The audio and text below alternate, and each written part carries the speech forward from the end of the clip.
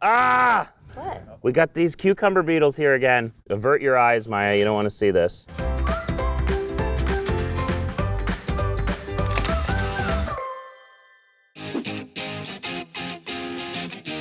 This is one of the most rewarding parts of the garden because everything is starting to take off and we're harvesting. I love harvesting stuff, but it's also one of the most challenging parts of the garden because we're starting to get rodents. We've got some mice, we've got some rabbits eating things, and we're also getting some bugs.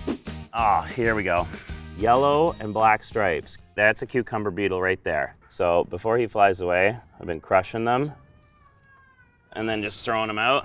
You can see they've just chewed up the leaves. I literally have to come out here once a day to attack these cucumber beetles before they devastate my cucumbers.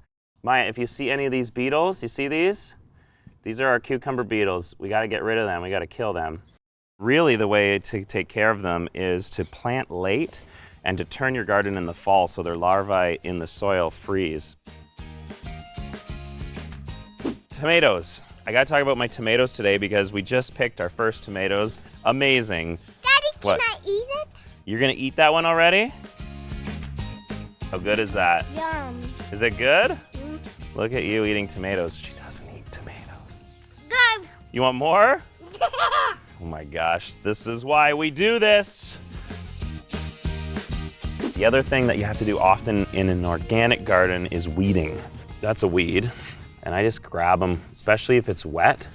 So a day like today where it's pretty damp out, you can grab weeds and the whole root system comes out. It's real easy. Here's the tip that apparently gets you a better Brussels sprout harvest, is you trim the bottom leaves. So I'm gonna try this. It seems counterintuitive, but down here, these beautiful big leaves, I'm gonna pull them right off. Just the bottom one. Always make sure that I leave, the top section so it continues to grow. But these bottom leaves are actually keeping some of the energy away from going into those little Brussels sprouts. I grew Brussels sprouts a few years ago. I got none, and I never trimmed any leaves. So this year I'm willing to try something different. Here's to hoping big Brussels sprouts.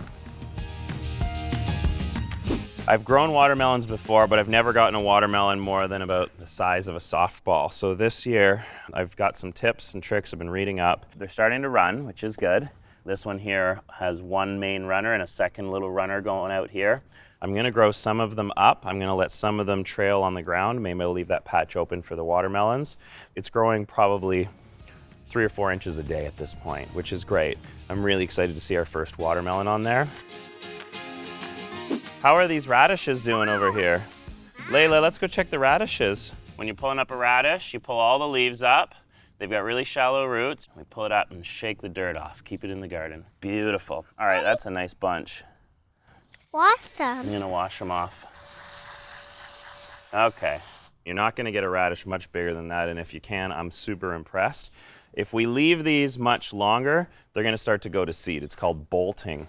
And you can see that a few of them are already starting to bolt right here, is when your radish plant starts to get really tall and it gets a main stalk. See that radish underneath? Look how small it is.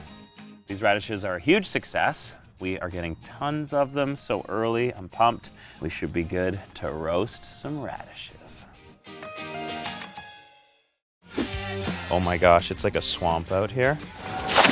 This is extreme gardening at the max. Hey, thanks for watching. If you missed what we did last week, it's right here. If you want to see what we did next, it's right here. Check out both if you have time.